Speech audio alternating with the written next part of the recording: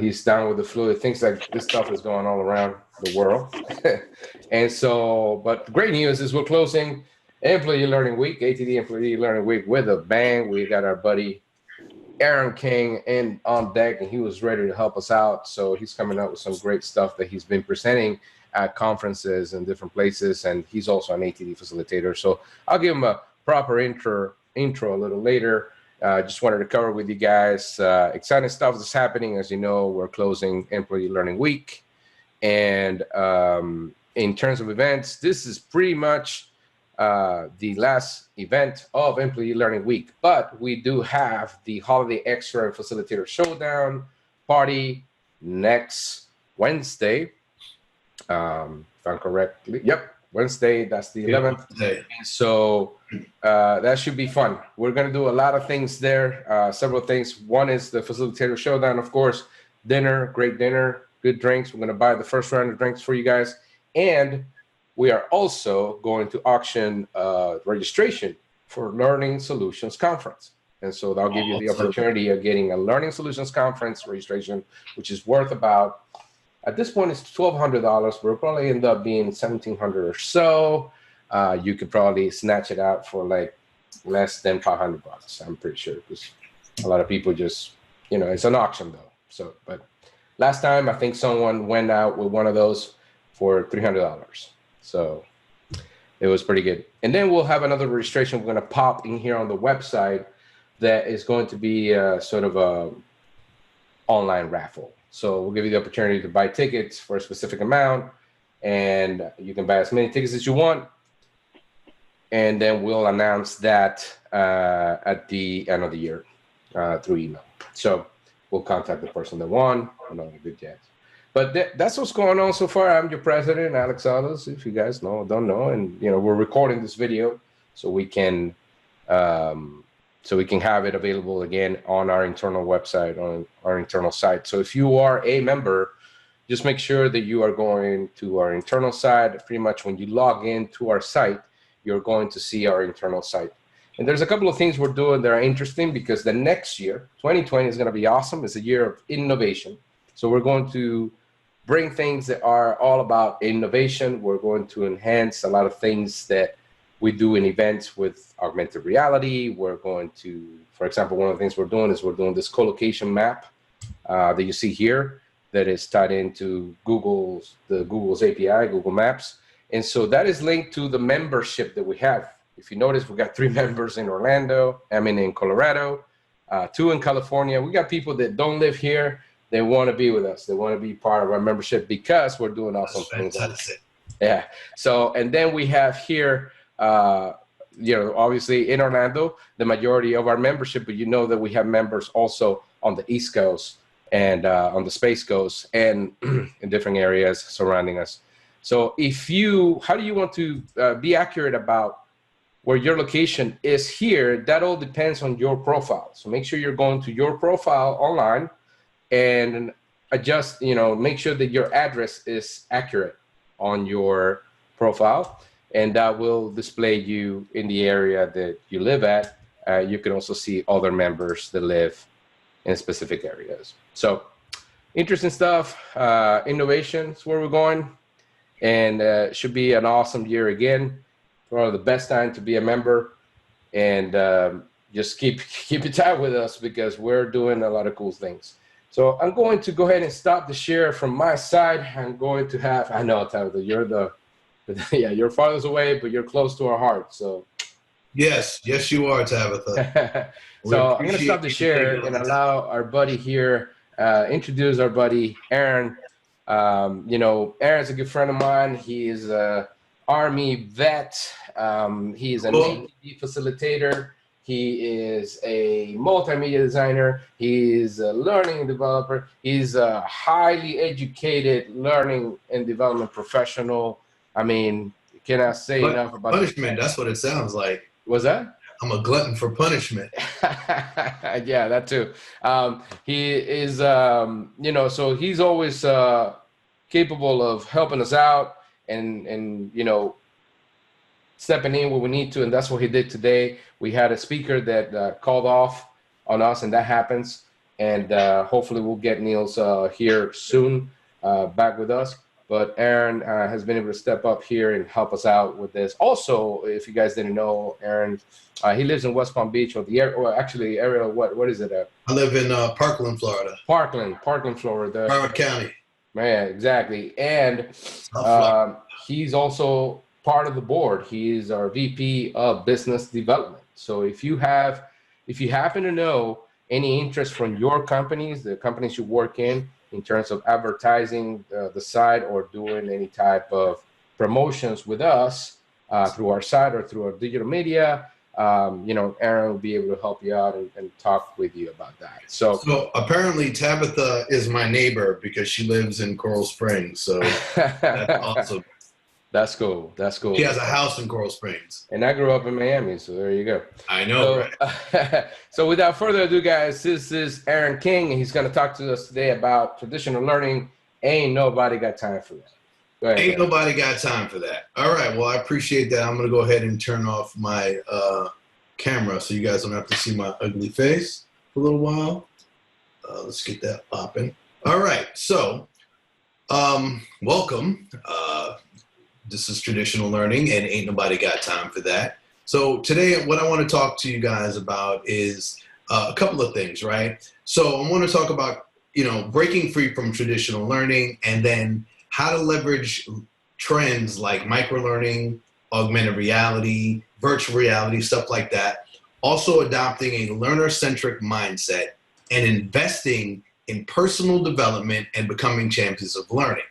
So my vision and my mission are very, very simple, right? I use education as a catalyst of change.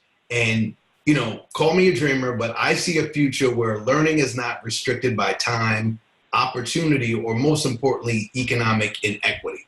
As a person of color, as a person who kind of grew up with some disadvantages, I saw a lot of economic inequity when it came to education. And I feel like those are some of the things that, as learning champions, we need to challenge, amongst other things, right? Having learning challenges. I grew up with learning challenges, and there always has to be alternatives to, anything, right? There just can't just be one thing. So another thing that I want to say is that, here's something that I live by, right? Never measure your success by someone else's ruler. You're always going to come up short. And what we need to have as learning professionals, need to have a high degree of self-awareness, right? That is important because we're always in a state of comparison in life in general, and everything moves so fast. But if you take out time to say, well, this is what I'm capable of, and I'm okay with that. I'm okay with not, learning or knowing everything. And it's funny because me and Alex were having an exchange this morning about that. And I asked him, he goes, well, do you want do you need a tutorial or do you need a lesson? And I'm like, yeah, I'm cool with that. I don't know everything. So that's just something to digest. So here's a little bit about myself, right? When I was a kid, I didn't want to be a fireman. I didn't want to be a doctor or anything like that. I actually wanted to be a DJ and a rapper. So I set out to do exactly that. I didn't really do well in school, like I kind of mentioned. I didn't like reading, and I pretty much spent most of my time daydreaming and drawing pictures. In fact, several of my teachers, they told me, pretty much stick with sports because, dude, that's the only way you're going to go to college because it's not going to be all for your grades. But despite all of that, I was able to flourish as an adult, even after attending 11 colleges, before I graduated for the first time in my mid-30s. But I did a lot of really cool stuff in between then. And then, let me let you know, I graduated 6 more times after that. So where you start is not necessarily where you're going to end up. And, that speaks to, traditional learning, right? And it speaks to traditional learning in the sense of, I don't have any superpowers, right? But my secret sauce has been connecting the dots between what I already know and what I want to know. And that was something that traditional learning kind of struggled with in my perspective, right? And I guess you would say I had developed this sense of self-awareness, and I strongly believe that most adults are very self-aware too, but sometimes traditional learning spends a lot of time wasting our time with things that aren't really relevant. So we can't really find our place, right? Or we tune out. So as lifelong learners, we need to know that, the things we want to know, when we need to know them, how we need to know them, and traditional learning methodologies fail to reach that. The challenge becomes ain't nobody got time for that. Now, traditional learning, it's long, we know that. It's boring, it's tedious. Ain't nobody got time for that. As adults, we want to get right to it, hence the reason why YouTube is the biggest learning platform on the planet. If you want to learn something, you go to YouTube, you figure it out. If you're me, you look for the old dude with the gray beard with the shortest video. He's probably an expert, you're probably going to get what you need, and then you move on. But while we're on the topic of remembering things, you guys remember Sweet Brown, right? So about a few years ago, she was like this huge meme sensation. And basically, this woman woke up. She was thirsty. She woke up. There was a building fire. She ran out of her house, panicked, left all of her belongings behind, and mostly important, she left her inhaler. So something that she needed to breathe and live, she just forgot about it, just ran out, right? So her survival instincts as an adult kicked in.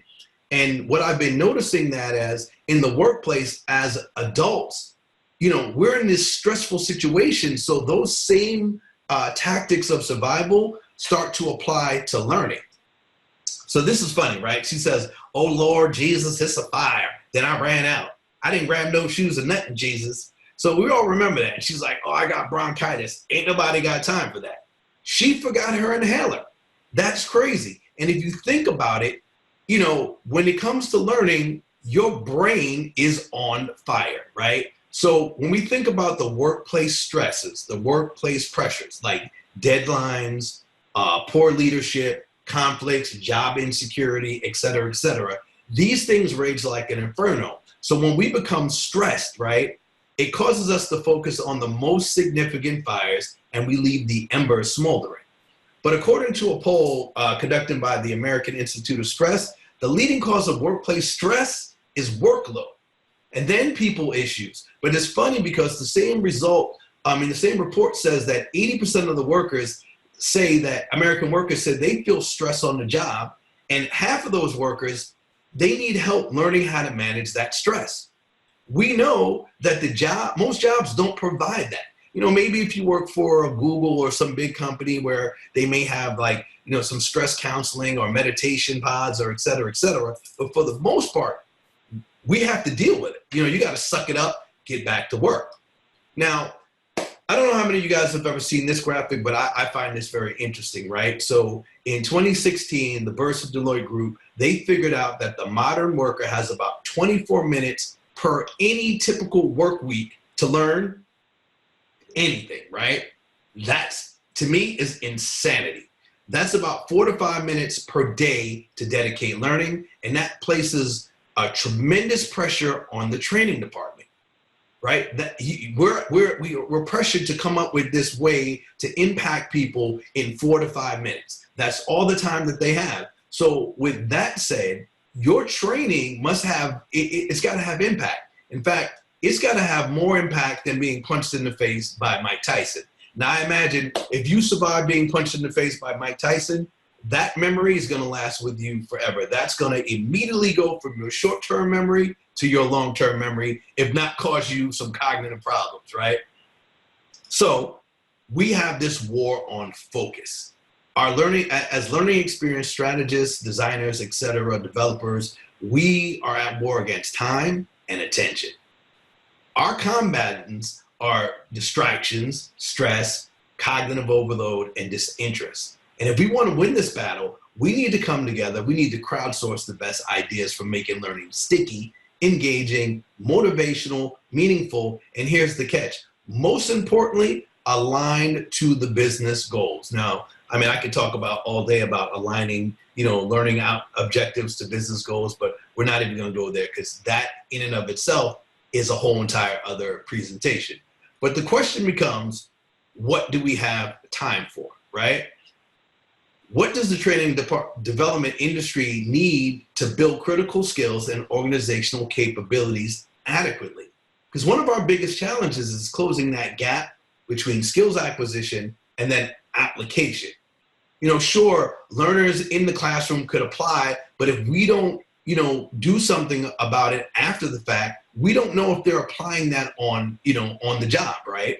So closing this gap, it requires an organizational-wide effort, and that means training developers, we must build support mechanisms into our training. It also means that we need to eat our own dog food. We need to practice what we preach, or should I say teach, because we can't expect learners to practice the skills or behaviors that we don't support or build support for. So in that aspect, as learning professionals, we must be willing to be the change that we want to see. We must choose real solutions over Band-Aids and find real ways to innovate and not stagnate. So, and we all know there's no one size fits all or panacea for all training ailments, but it all begins by building a learning ecosystem or multimodal learning channels that we could use to close the gaps, decrease the cognitive load, enhance the learning experience for ourselves and for our learning populations. So in that, to move forward, we have to build this consensus around the idea of making ongoing learning a part of the organizational DNA. It has to be in the drinking water. But as individuals, we have to hold ourselves accountable. We must be committed for our own learning. We have to. There's no way that this works without that. So in that, I want to talk about a few learning trends, right? So micro-learning, storytelling, immersive learning, personalization, these are all buzzwords that have been kind of, up and down in the past few years. Everybody's talking about it. Some people are doing it, some people are not. An effective way of building a culture of learning is leveraging these trends and doing it effectively. That's extraordinarily important. So let's talk about micro-learning for a second, right? It's chunking, it's snack-sized learning, it's content, cutting up content into its purest form and then using that content as a strategy to help learners consume the most relevant content at their moment of need and without all of the fluff and extra. So microlearning, it can be used for a support mechanism that reinforces other types of training, but it also could be standalone. But as designers, we have a couple of options here, right? We don't have to reinvent the wheel. We could aggregate content, we could develop new content if we like, or we could solicit the best resources from our internal teams and individual contributors. Because it's funny, I came across this in working with several other organizations that had multiple training departments and they were all building the same content, yet they had never ever met before. So everybody's duplicating these things. Why rebuild it when someone else has built it already and I can just pull that piece from it and develop micro-learning as a result? So another key aspect of learning trends that you should definitely consider is good storytelling. Now, if you think about it, right, storytelling is not a new phenomenon. In fact, it's been around forever. It's probably one of the oldest forms of communication. And, as a people, we've always historically relied on storytelling as a way to convey all sorts of messages. But in corporate learning, we need to tell good stories around caution, motivation, value, inclusion, and most importantly, innovation. And just like the heroes in the stories that we see in TV, books, gaming, marketing, filmmaking, et cetera, we need to put our learners in the thick of the action, make them the main focus and hero, and then give them context and let them solve a problem. Adults are happy when they are solving problems. In fact, if you're like most of the people I know, they're trying to solve everybody's problems but their own. But, human nature, right?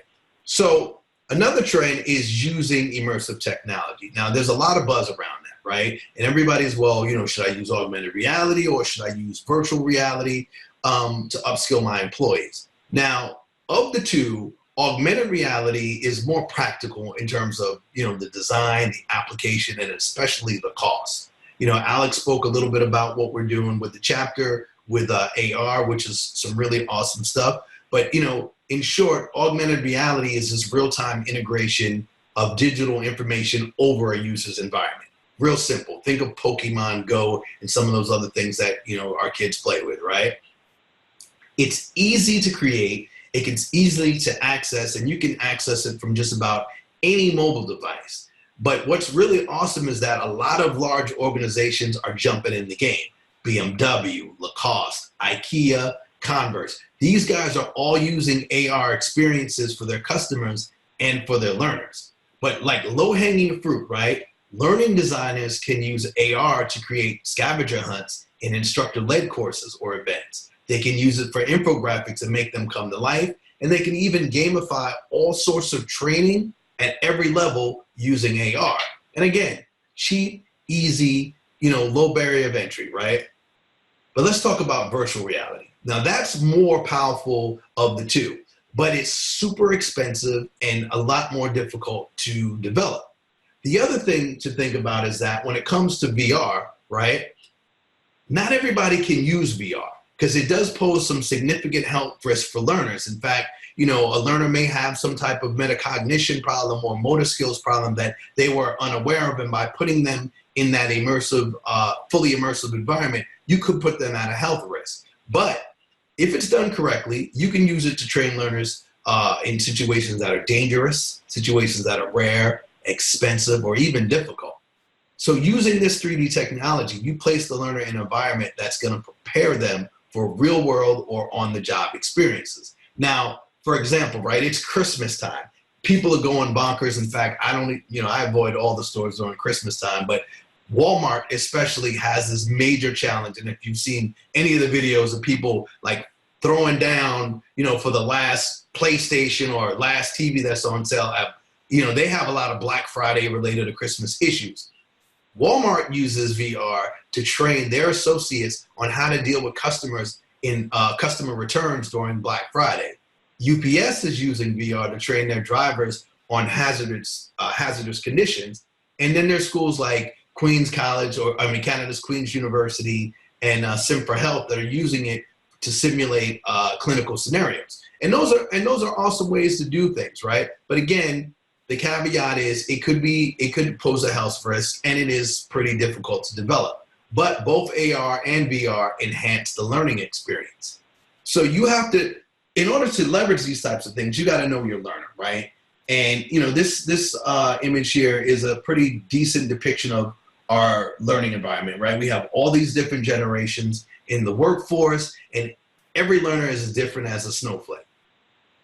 Two learners can actually have the same job, they can have the same title, but yet they have different responsibilities or daily functions that they do, and even skill gaps. So if you look at the unique parameters around upskilling, including aptitude, there's definitely a necessary need to have personalization when it comes to learning. Organizations can win if they personalize the learning. In fact, I would say there was a Brandon Hall study in 2016 that pretty much uncovered that about 90% of the organizations that they surveyed agreed that personal learning supports continuous development and it helps employees, reach their goals more effectively. So that's something to think about, like entering into that space. But to do that, you got to give your learners the opportunity to do so, right? So if we're harnessing these learning trends and in these things, that move us away from traditional learning, we need to look at the total success equation. And that's only part of it. But another part of that is maximizing that effectiveness of learning by allowing the employees or your learners the opportunity for exploration, for practice, for experimentation, and most importantly, synthesis, right? I need to take all of this in and then see how I'm going to use it. I got to weigh and measure it as an employee and see how I can use this, on the job. So all of these actions demand time away from our daily workloads. And if you're mired down in the work, you don't get an opportunity to flex these new skills. So experiential learning, we talk about personal learning clouds, genius hours, learning labs, and the Knowledge Cafe. So if you're not already familiar with personal learning clouds, and most of us kind of are, it is a great way to rapidly upskill, places that are social platforms like LinkedIn Learning, Udemy, Coursera, they're all, personal learning clouds. They're affordable, they're accessible, they're flexible. What's awesome is that a lot of organizations are already using this to curate learning paths that align with their business needs. But the other great part of this is that most adult learners are already utilizing these things outside of work. So if you can bring together the things that they're doing outside of work into work, it is a recipe for success. So the other, and I guess the final thing I want to say about PLCs is that they offer micro-credentialing. And, that's a secure way, a trackable way, a measurable verification of enrollment and achievement. So I can put this up on my LinkedIn, I can put this on my resume, and I can verify that, hey, I actually have this skill set. So another key, or should I say crucial aspect of this is implementing what is called the Genius Hour. And when I came across this and I started helping organizations apply this practice, the results are incredible because it's a weekly practice, right? Where employees are given about 4 hours per week to do nothing but freely think, learn, and experiment. What you do is you create a virtual sandbox for learning, and employees can try out new ideas, or they can learn new things that'll help them either professionally or personally. The only caveat here is that the employees or learners only have one objective, and that is to prosper. And that's incredible, because how often do we get time to lift our heads up in that cubicle and say, hey, I want to learn something that's going to make my life easier. And because we're at work, we're going to think about things that can make our jobs easier. So another cool part of this is setting up a learning lab. And what a learning lab is, that's an ongoing workshop. And that's what you use to introduce employees to emerging and proving concepts like, technology, problem solving. And if you think about it, like Lean Six Sigma, design thinking, UI, UX design, and any other type of workshop that will spark creative thinking. Learning labs, they can take any type of form. Some of the ones that people are probably more familiar with are lunch and learns, where you can teach like even, basic PowerPoint skills or soft skills or something like that. But they can be as complex as a virtual reality simulation on, how to do wind turbine repair or something crazy like that.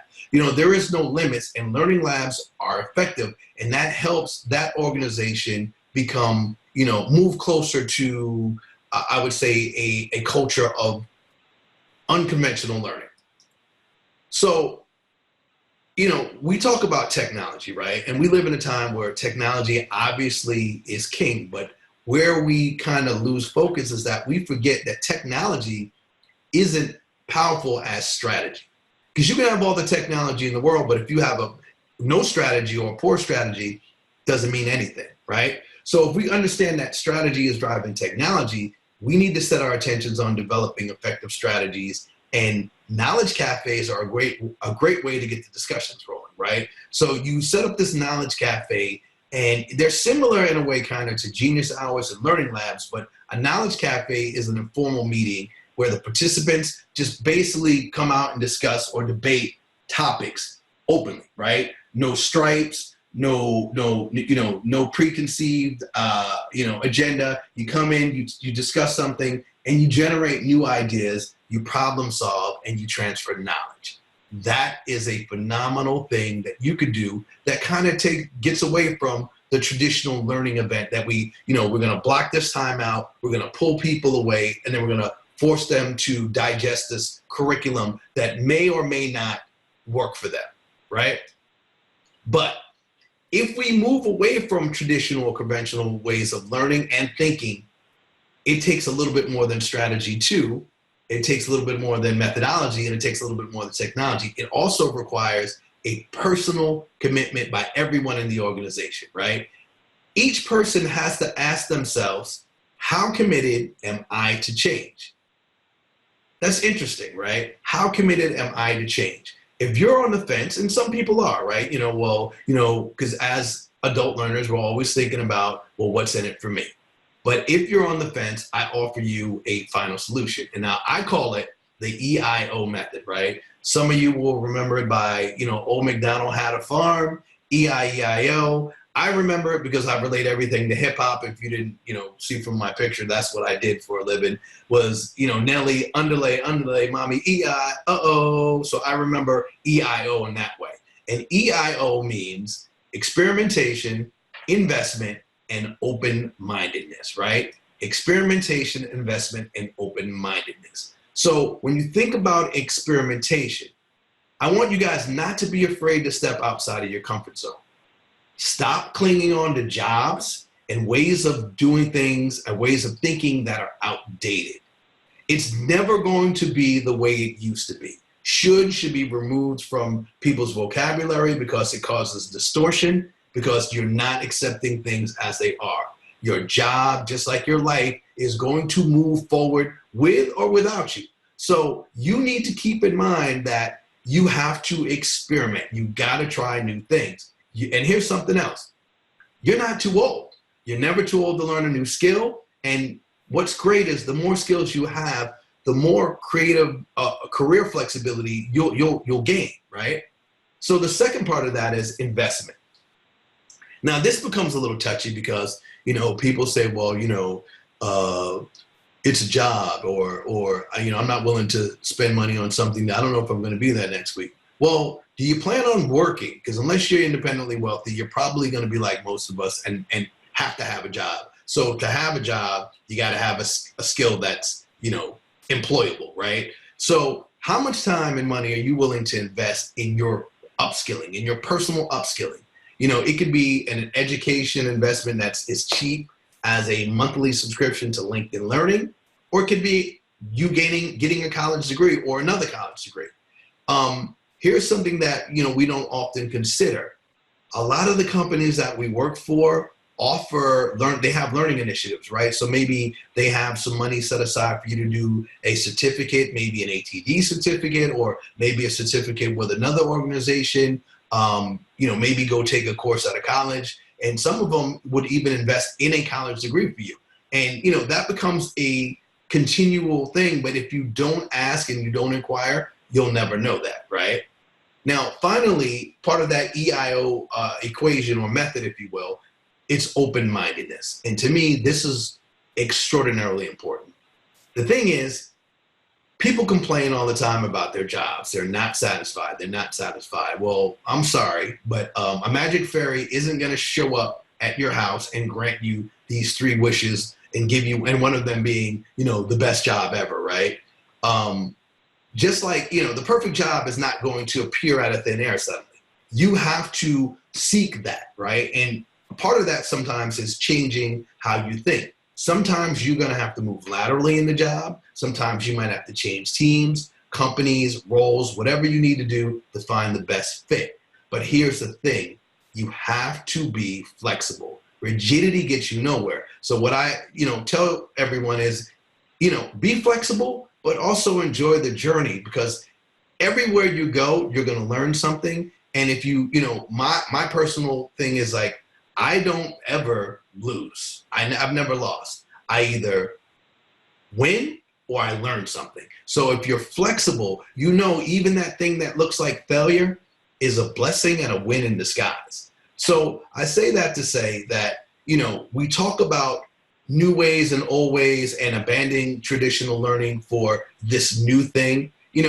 We have to always keep in mind that sometimes parts of the traditional learning aspects are good, but we have to be flexible. We have to move with the times. There are new learners, there are new people, a whole group, a Generation Z. We're kind of fearful of millennials, right? Well, Generation Z think differently. They act differently. They want to learn differently. Their UX and UI experiences are different. So we need to have that type of flexibility. So we have to also understand that, trimming the fat from traditional bulky learning programs is not, something that is easy to do. That demands deliberate intention. And, you just can't cut off a few hours from a one-day training and expect, these miracles to happen. Like I have, this one-day training and I'm going to take off an hour and now we have this revolutionary thing. You got to be willing to turn it upside down and look at it from a lot of different perspectives and get other people's perspectives, right? But in order to do this and shifting this learning landscape, we need to have this organizational-wide adoption of new ideas around active learning, around socialization, and around integrated communities, and most importantly, deep engagement. that takes consensus. That takes a all hands on deck, ideology where, we're going to go in and say, hey, what works? What doesn't work? Do we keep this? Do we create more of this? Do we abandon this altogether? And I think that is what's going to help organizations and individuals get to a different place. And again, we as individuals must create the time to make learning part of our DNA and have that, emanate outward to our organization. And if we don't, we're going to continue to get the same results. And the truth of that is, ain't nobody got time for that.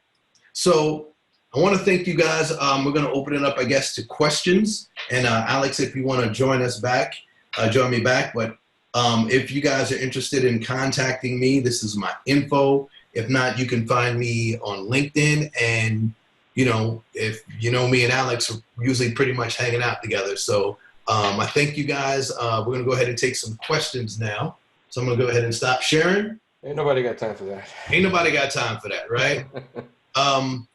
Yeah, everybody, please go ahead and unmute yourself. This is a meeting format, so you can actually just unmute yourself and speak, or you can use the chat and ask any questions. I also dropped the link there for the survey, so you can give us your feedback on the presentation, and if you'd like to see more. Wait, I'm happy. I'm a fan of anything that utilizes Flavor Flav to enhance learning. Yeah, that was a comment for you. Rebecca, that's dope. Yes. I love it.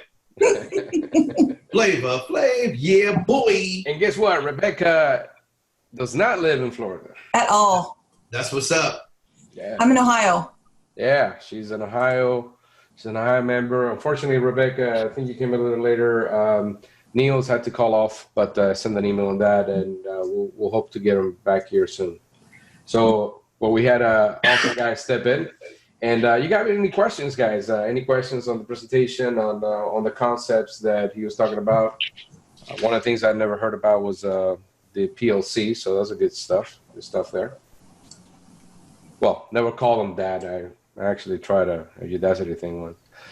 Elizabeth says at work in Cube, no microphone. Yeah, go ahead and use the chat, Elizabeth, if you have any questions or any comments or anything like that. I do have a question. Yeah, go ahead. No, I was reading that. So you were reading. Okay. So I was going to say, while we wait for folks to type in or ask, I was going to ask you, Aaron, so in this perspective, when you're looking, when you say traditional training, what does that mean exactly? So, because a lot of people use traditional and they throw it out there and it's like, it's a stereotype, but what is it? Yeah, and it is. And see, there's, I purposely say that with a high level of ambiguity. And the reason is that, traditional means anything that's legacy, right? We all have traditions and humans in general, right? So wherever you work, there's a culture and there is a tradition in how things are done. Even if you're doing things that could be seen as other organizations as innovative, it may be traditional to you, and it doesn't always work. Because the thing is that if we're not being innovative, we become stagnant, right? And what happens is, I may be doing this cool thing and it's awesome, but eventually it becomes stale. So I got to be willing to say, whatever it is that we're doing traditionally, let's test it. Let's do something revolutionary. Let's ask the learner, does it still work? Okay. And if the reply is, hey, dude, it sucks, it's time to do something different. So really when I say traditional, just means is whatever it is that you guys have been doing, because it's funny that, I've had the opportunity, I've worked in higher ed, I've worked in corporate, I've worked in, government and military, right? Some of the things that we say, oh, wow, this is some stuff, man, that we were doing 10 years ago. Some people in the other organization, it's brand new to them. Yeah. Right. So when I say traditional learning, again, it's very ambiguous and it applies only to where you're currently at. Yeah, it's subjective, right? It's like, very subjective. Test your environment. We have a comment from Elizabeth. So she says that she missed the PLC portion of it. As I remember, you can clarify for us. PLC, more like a strategy for personal learning, right? So going to services like Udacity or Udemy, which actually what do you call that? What do you call that? No humble brag here. I have a course in Udemy that you can take that's free on Storyline too, but still applies. So Nice. just look me up and Udemy. But see, that's exactly it, right? So what happens, and this is funny because I can't remember who was it in the aided group that asked a question about, building capacity for learning in an organization, right? And I always say is that, I call myself the self-aware instructional designer, right? I know where I'm at. I know what I don't know, right? So metacognition, knowing what I know and knowing what I don't know. But then when I go to work in an organization, I have to look at what they need and is there a gap, right? And if there is a gap, then I need to be able to upskill really quickly. And when I look at personalized learning clouds, it works twofold. I may have a curated path if I say I want to learn X, and then I look at all these courses and learn X, maybe for my personal development, right? But my organization may say, hey, we're missing this skill, Y, and you know what? Rather than pay you or send you to go get a degree that's going to take forever, you already have some of these things. Let's upskill you and create this curated learning path and have you do this in LinkedIn Learning or do this in, people are more familiar maybe with lynda.com. It's the same thing. Udemy, Coursera. I mean, there's 1,000,001 out there. But the thing is that some of these courses will level you up immediately. Right. It has direct application there. It does take also a lot of self-discipline. I experienced myself in that. I've thrown a couple of $50 here and there and not touched the thing. So yeah, well, we're all guilty of that because everybody spent some money, and I think the more money you spend, the more apt you are to completing it. Yeah. So Elizabeth says, hey, our project has some flexibility to try something new, but most of it will still be instructor-led. I think the only thing I'll say about that, okay, if you're doing, I think the medium is not really limited to that. The culture that he mentioned will be in the sense that I know, Elizabeth, you do a lot of work that is like federal contracts and stuff like that, military type of stuff. And so there's an expectation of what instructor-led should look like. But I will say that the creativity there will be to be more in a facilitative state and more interactive and hands-on stuff. Wouldn't you say, Aaron? So my suggestion would be, and this is, and this is taking from the flip the classroom, but I don't like to use flip because that, we also have to separate pedagogy and andragogy, right? Yeah. Adults and children. So if we look at it from andragogical or gogical. Yeah, there's a lot of, this is all fancy talk, right? So if you look at fancy talk of adult learning and you say to yourself, well, I have these adults, you could use a PLC to teach them a base knowledge prior to that classroom instructor-led thing, right? So I want to level everybody up. So I make sure that if they take this course on LinkedIn Learning on subject, of basic communication, when we go into the classroom, everybody's at just about that same level of competency. Now, I could spend all of the time in the instructor-led portion making it activity-driven. This way, I don't have to keep doing the dance and the pivot to meet because this person isn't at the same level or this person has the same level. I got a set level playing field. I come in, I keep it activity-driven, which is going to keep everyone engaged on their feet. It's going to be a better experience. And if I even wanted to enhance that experience, I would throw a little AR, augmented reality, into the instructor-led classroom with maybe some, like an infographic, say, here's an image, and this might be on a piece of paper, and then they scan like these things on the wall, and it pops up, and then there's information there. And make it fun, make it interactive, use that flip charts, the whole nine. Makes it for a great experience. But don't waste the time in the classroom teaching the basics. Work on the activities where that skills acquisition comes into play. So here's a cool juicy question. That's a good question, Rebecca. This is a winning question. How do you handle responses from people asking you to measure this kind of learning experiences? You don't. Love it. And see, you don't handle the response? No, I'm going to handle the response. You don't. You don't, because that's not what it's for. That's for building. Now, when you talk about PLCs, yes, you can measure that, obviously, because there's a credential, right? So in the credential of that, it would be just like the military, go or no go. Either you completed it or you did not, right? So that's one aspect. But when you talk about learning cafes and genius hours and things like that, you don't. How you measure that, if you do really want to force a measurement, it's off of participation, adoption. How many people are coming there? Because here's what you're going to find is that when you start implementing genius hours, your employees are going to think it's a trick. So it's going to take a while for them to feel comfortable with, hey, you have 4 hours a week to learn whatever you want to learn. But what you're going to start seeing is a cultural mind shift, right? And that helps with the change management. That's hard to measure. But the thing about it is that if you make it something that becomes part of their daily activities or weekly activities, it just makes for a better culture of learning. Yeah. There's a psychological capital impact there. Yeah. And I was going to add. Rebecca, wait, Mike, that was Rebecca? Right. Mike drop. Psychological capital. That is the word of the day. Psychological capital. Oh my God, that is dope. I love it. That's good. That is tight. That was tight. So I was going to add though into that, because I think that Rebecca's question also can be framed in another way, which is I think the context matters, because you can have a PLC as part of your, let's say, competency training strategy, or you can have the PLC being a professional development thing, which is sort of like, hey, do whatever you want, just choose whatever it is. It doesn't necessarily may tie directly to the performance measurement of things. Yeah. So if I was going to do it, I agree with that.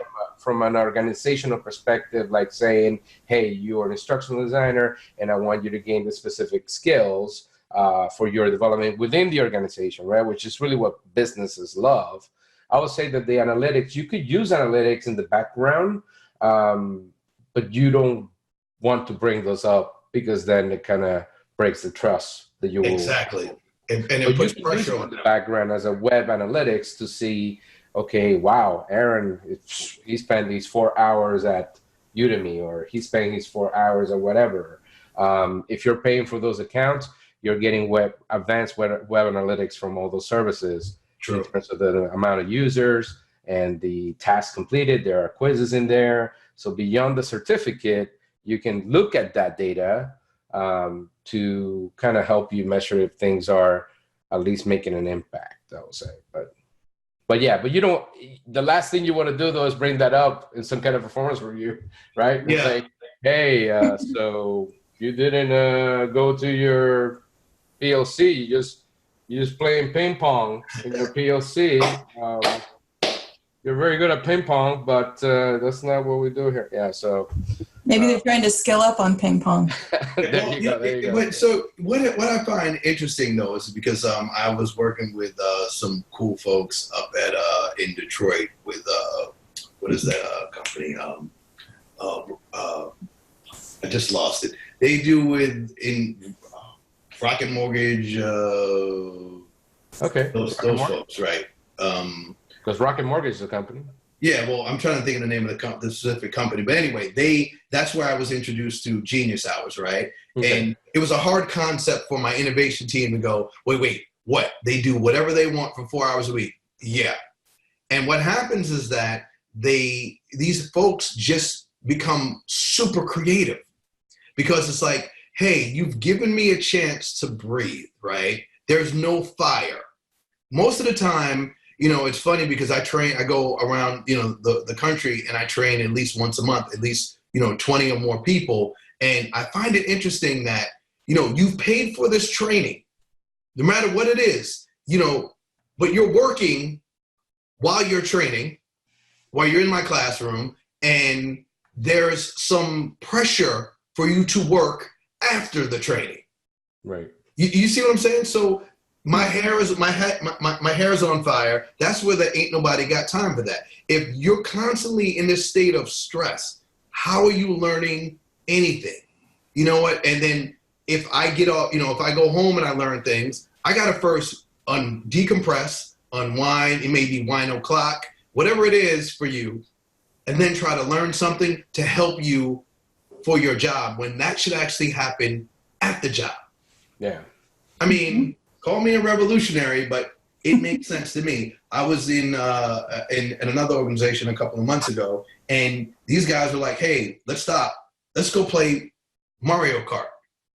We played Mario Kart for an hour. Not a lunch break, just playing Mario Kart. Came back, killed it. I mean, it was phenomenal. I was like, this is awesome. You know what I'm saying? So yeah, that's a practice of software developers. That's like a software thing. Where you know, if you go to companies, I once visited Instructure, which actually just got bought for like $2 million by Search. Newsflash. So Instructure makes Canvas. It's one of the biggest competitors that LMSs have in the world. But when I visited the headquarters, because I was doing a report thing, I was helping them with the report analytics stuff. They have just foosball tables and all kinds of, you know, video arcade stuff in the floor. And I was like, oh, wow, that must be really nice. Beanbag chairs and all that, you know.